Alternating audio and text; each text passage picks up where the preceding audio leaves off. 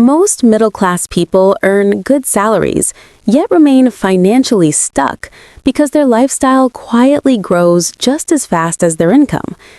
Have you ever noticed something strange about the modern middle-class life? A person can earn $70,000 a year, sometimes even $100,000, and yet still feel like they're barely moving forward financially. Not poor, not struggling in the traditional sense, but somehow never getting ahead. This isn't usually talked about openly in America or Europe, but if you look closely, there's a quiet financial trap built directly into the middle-class lifestyle, and most people walk into it without realizing. Imagine a fairly typical situation: a 28-year-old professional living in a city like Chicago, London, or Toronto. They finished college, got a stable job, and now earn around $75,000 per year. On paper, that sounds solid, but after taxes, healthcare deductions, and retirement contributions, their take-home income might be closer to $4,200 per month. Now, the expenses begin. Rent for a modest apartment, around $1,600 per month. A car payment, $450 per month. Insurance and fuel, another $250. Student loan payments, $400. Groceries, utilities, and phone, roughly $700. And then there are the smaller lifestyle costs that rarely feel like a big deal individually. Streaming subscriptions, weekend dinners, occasional travel, online shopping. Maybe another $400 or $500 quietly disappears each month. By the end of the month, the person earning $75,000 might only have $200 to $300 left, sometimes less, and that's assuming nothing unexpected happens. No medical bill, no car repair, no rent increase. This is the quiet middle-class trap. Not poverty, but a life where income rises and expenses rise at almost the exact same speed. The mistake here isn't laziness, it's something more psychological. When income increases, people naturally upgrade their lifestyle to match the new identity. A slightly better apartment, a reliable car instead of an old one, nicer restaurants, better clothes for work. None of these decisions are irrational. In fact, socially speaking, they make perfect sense. Humans adjust to their environment. If your coworkers drive newer cars, if your friends live in nicer apartments, your brain slowly redefines what normal looks like. And that's where the math quietly begins to work against you. Let's look at something simple. Imagine two people who both earn $75,000 per year. Person A spends nearly everything each month and manages to invest $300 monthly. Person B lives slightly below their income and invests $1,200 monthly. Both incomes are identical. The difference is only $900 per month. Over 1 year, that's about $10,800. But if those investments grow at around 7% annually, something interesting happens. After 25 years, Person A might have around $240,000 invested. Person B, however, could have nearly $960,000. Same income, very different outcomes. Not because one person worked harder, but because one lifestyle quietly expanded to consume nearly every dollar. The uncomfortable truth is that the modern middle-class system often encourages this pattern. Higher income leads to higher housing costs. Higher housing costs often lead to car ownership. Car ownership leads to insurance, fuel, maintenance. Credit cards smooth over the gaps, and suddenly a person earning what used to be considered a great salary still feels financially stuck. Not because they're irresponsible, but because the system rewards consumption far more visibly than it rewards patience. Financially intelligent people tend to see the same situation differently. They don't necessarily earn dramatically more, but they recognize something early. Lifestyle expansion is almost invisible. It happens slowly. A slightly nicer apartment this year, a slightly newer car next year, a few more subscriptions, a few more conveniences. Individually harmless, but together they quietly absorb decades of future wealth. So instead of asking, "What can I afford right now?" they often ask a different question.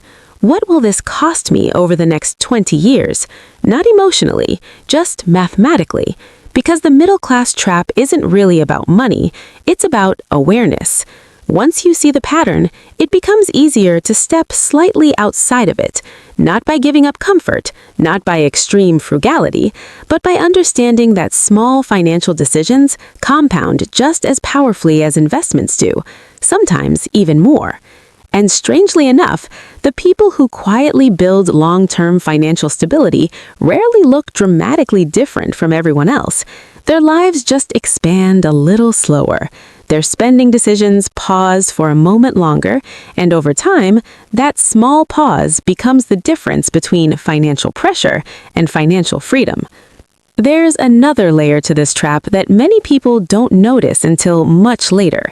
It's not just about how much money comes in or how much money goes out. It's about how predictable the cycle becomes.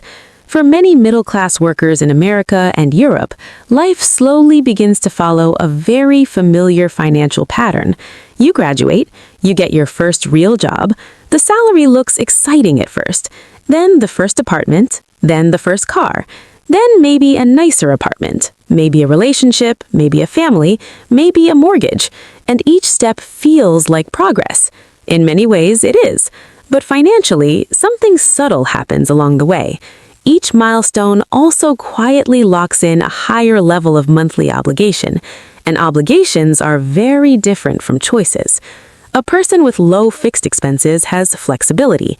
A person with high fixed expenses has pressure. Imagine two professionals again. Both earn $85,000 per year. One has $1,200 in mandatory monthly expenses. The other has $3,800. Now something unexpected happens. A company restructures. An industry slows down. A recession appears. The person with lower obligations can adapt. They can take a temporary pay cut, switch careers, start a side project, move cities if needed. But the person with high fixed costs often doesn't have that freedom. Their financial life becomes fragile, even with a good salary. This is another hidden side of the middle-class trap. Not just spending, but structural dependence on income continuing exactly as expected. And yet, socially, this lifestyle is constantly reinforced. Advertising promotes the idea that upgrading your lifestyle is the natural reward for working hard. Newer cars, better neighborhoods, luxury gyms, high-end phones. None of these things are necessarily harmful, but the system rarely encourages people to think about long-term opportunity costs. A $600 monthly car payment might not feel extreme in the moment, but over 7 years, that single decision represents more than $50,000. And if that money had been invested instead, the number could quietly grow into 6 figures over time. But the car is visible. The investment growth is invisible. And humans naturally prioritize what they can see. Another psychological factor also plays a role: comparison. Middle-class environments are full of subtle comparisons. Coworkers discussing vacations, friends buying homes, neighbors upgrading kitchens. None of this is malicious. Most people are simply sharing their lives. But comparison changes our perception of what is normal. Suddenly, a perfectly reasonable apartment feels small. A reliable car feels outdated.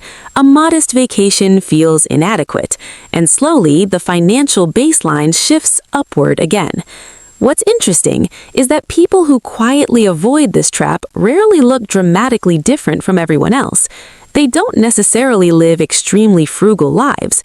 They still enjoy restaurants, they still travel, they still spend money, but they tend to treat large recurring expenses differently, because recurring expenses are the real drivers of long-term financial outcomes. A slightly cheaper apartment, driving for a car for a few extra years, avoiding unnecessary financing. These decisions might not feel impressive socially, but mathematically they create breathing room, and breathing room is one of the most powerful financial advantages a person can have. There's also something else worth understanding. Many middle-class earners assume that higher income will eventually solve everything, that once they reach 6 figures or receive the next promotion, things will feel easier. But income increases often trigger something called lifestyle creep. The apartment improves, the car improves, vacations become more frequent, spending quietly expands to match the new income level, and the feeling of financial pressure returns again, just at a higher scale. Which is why some households earning $120,000 per year still feel financially stretched, while others earning less feel surprisingly stable. The difference isn't often income, it's how quickly lifestyle expands to consume it. Financially thoughtful people tend to see income growth differently. Instead of asking, "What can I upgrade now?" they sometimes ask a quieter question. What part of this raise can simply disappear into investments? Not dramatically, not aggressively, just consistently. Because the real advantage isn't one big decision, it's small, boring decisions repeated for decades. And over time, those decisions compound quietly. There's one final piece of this puzzle that rarely gets discussed: time. Not in the motivational sense, but in a very practical financial sense. Most middle-class earners begin their careers believing that time is on their side. And technically, that's true. A 25-year-old professional investing even a small amount consistently can build significant wealth over decades.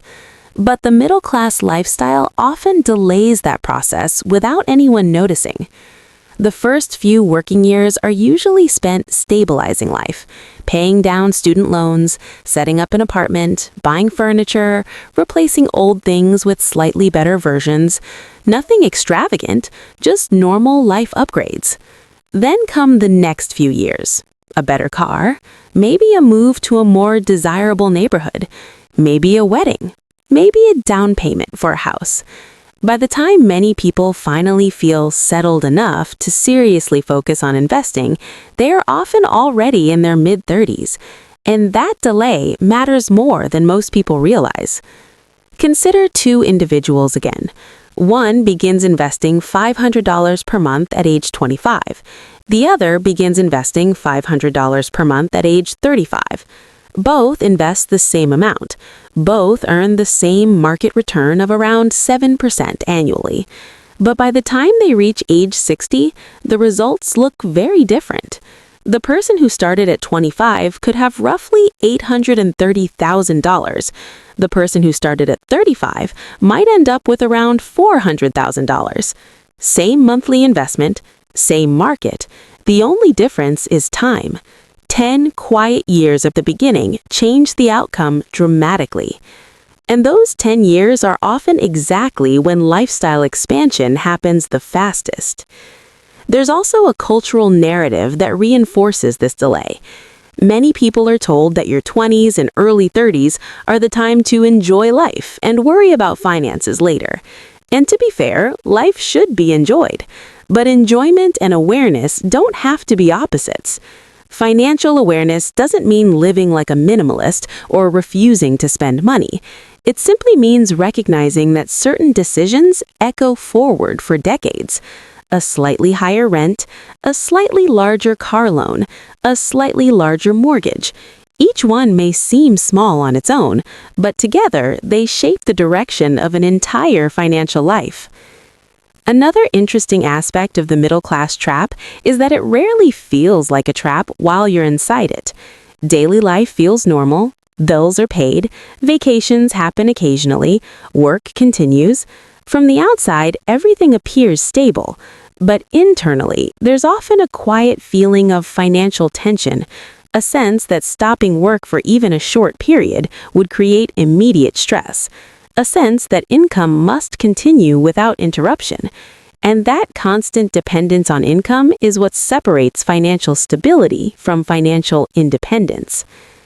People who eventually escape this pattern usually don't do it through extreme strategies. They rarely make sudden dramatic moves. Instead, they make a few key decisions earlier than most. They avoid letting every raise turn into permanent lifestyle expansion. They view large recurring expenses cautiously. They prioritize flexibility, not luxury. And over time, something interesting happens. Their financial life becomes calmer.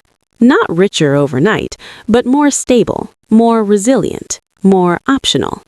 Because the real goal for many financially thoughtful people isn't luxury, it's freedom of movement in life, the ability to change careers without panic, the ability to take time off when needed, the ability to handle unexpected events without financial crisis.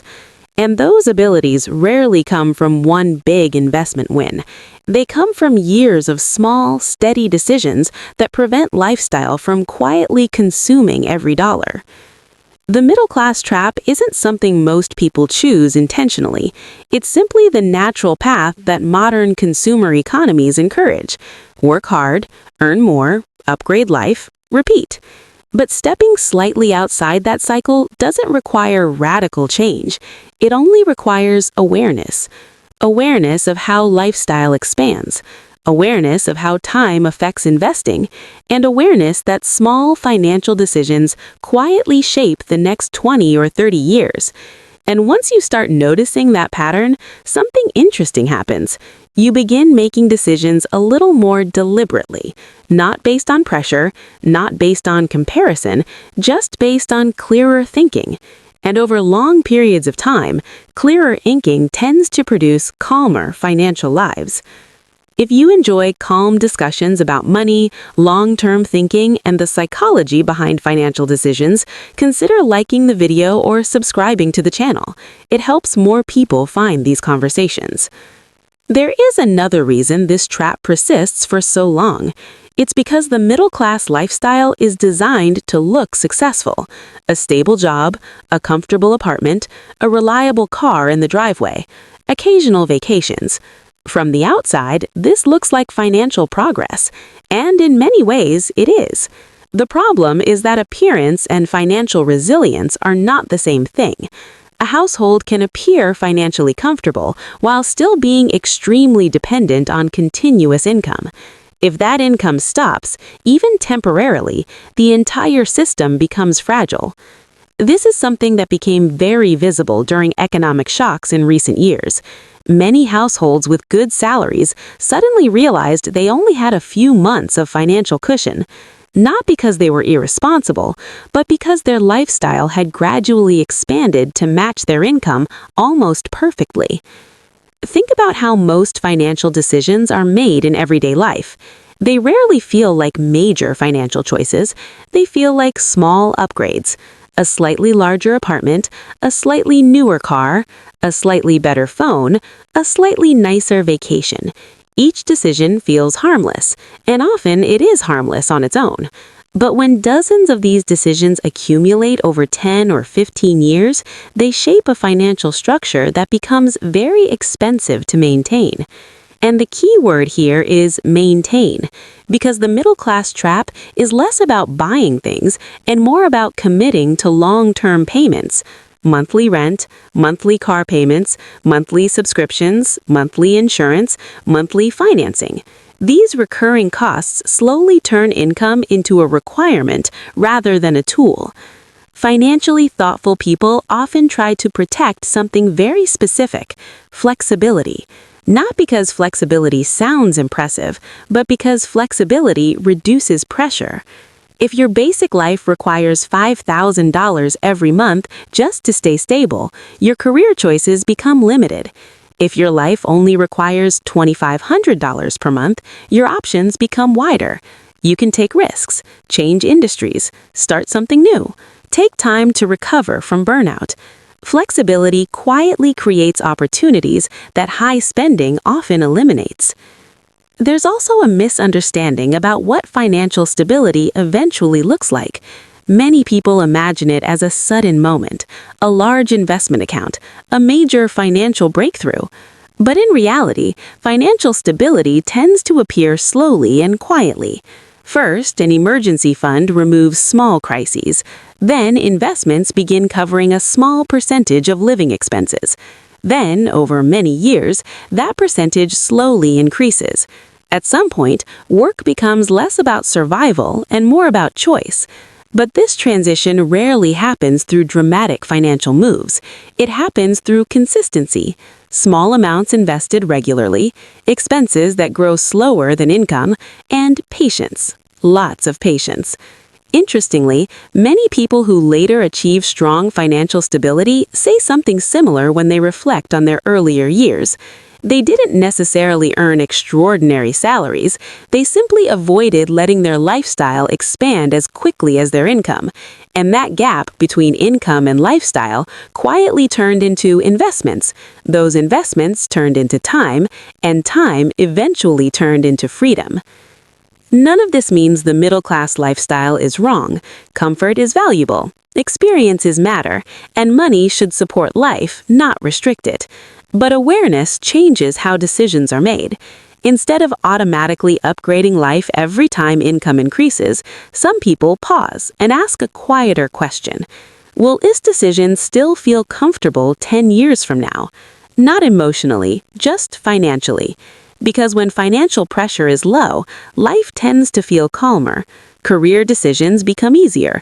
Unexpected events become manageable, and money slowly shifts from being a constant concern to simply being a tool.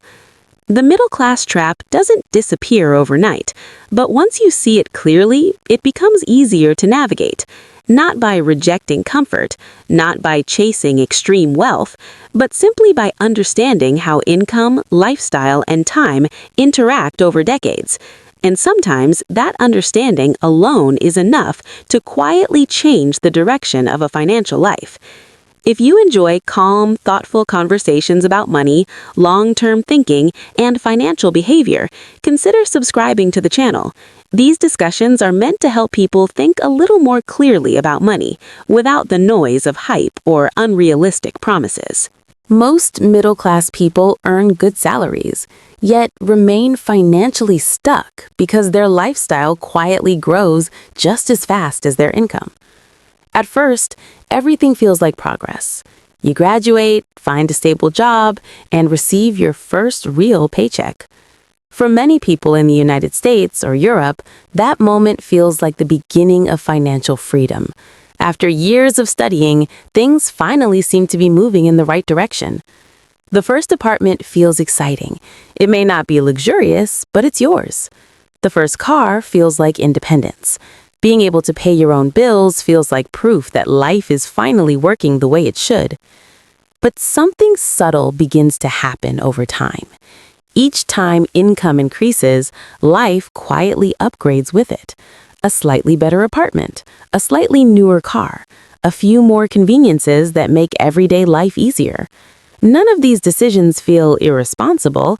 In fact, they feel completely reasonable for someone who was working hard and earning a stable income.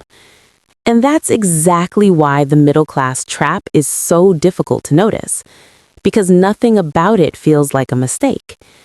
In cities across America and Europe, a young professional earning $70,000 or $80,000 a year might look financially comfortable. But after taxes, that income shrinks quickly. Rent or mortgage payments take a large portion, transportation costs follow, insurance, groceries, utilities, and loan payments slowly fill the rest of the budget. Then come the smaller expenses that rarely get much attention. Subscriptions, occasional travel, dinners out, small online purchases. Individually, they are harmless. Together, they quietly absorb whatever income remains. By the end of the month, there may be only a small amount left, sometimes a few $100s, sometimes nothing at all. From the outside, everything looks stable. The job is good, bills are being paid, life appears comfortable. But financially, there is very little room to move. And that lack of room is where the real problem begins. Because when life is structured around high monthly obligations, income stops feeling like an advantage and starts feeling like a requirement. The paycheck is no longer building freedom, it is simply maintaining the system that has been created. Most people never planned for this outcome. It simply developed slowly, one reasonable decision at a time. And that is what makes the middle-class trap so powerful. Not dramatic mistakes, just ordinary choices, repeated for years. Because when life is structured around high monthly obligations, income stops feeling like an advantage and starts feeling like a requirement. The paycheck is no longer building freedom, it is simply maintaining the system that has been created. Over time, this creates a quiet form of pressure that many middle-class workers rarely talk about. The pressure to keep the same job, the pressure to avoid taking risks, the pressure to keep earning at least the same income every single month. Imagine a professional earning around $80,000 a year. On paper, that sounds comfortable, but once rent or mortgage payments, transportation, insurance, food, and loan payments are covered, most of that income is already committed before the month even begins. This means the job isn't just a source of income anymore. It becomes the support system holding the entire lifestyle together. If the job changes, the lifestyle is threatened. And this is where the middle-class trap becomes more visible. Because financial stability is not just about how much money someone earns, it's about how much flexibility they have if something unexpected happens. A person earning $60,000 with low expenses may have far more freedom than someone earning $100,000 with extremely high monthly obligations. The difference is not income. The difference is structure. When expenses grow too close to income, life becomes fragile. A small disruption can create immediate stress, a job loss, a health issue, or even a temporary economic slowdown can suddenly make a previously comfortable lifestyle difficult to maintain. And this fragility often surprises people, not because they were careless, but because the middle-class system encourages constant upgrading. Each improvement feels like progress, but each one also increases the level of income required to sustain daily life. What makes this even more interesting is that many financially stable people don't necessarily earn dramatically higher salaries. Instead, they quietly manage one thing differently. They control how quickly their lifestyle grows. When income increases, they allow part of that increase to improve their life, but another part quietly disappears into savings or investments before it can turn into new monthly obligations. Over time, that small difference begins to matter more and more. Because the real advantage in personal finance is not usually a massive salary increase or a lucky investment. The real advantage is the gap between income and lifestyle. A small gap at first, but a gap that grows slowly over years. And as that gap grows, something interesting begins to happen. The pressure starts to decrease. Savings begin to create a cushion, investments begin to grow quietly in the background. The paycheck is no longer the only thing supporting life. And for the first time, work becomes less about survival and more about choice.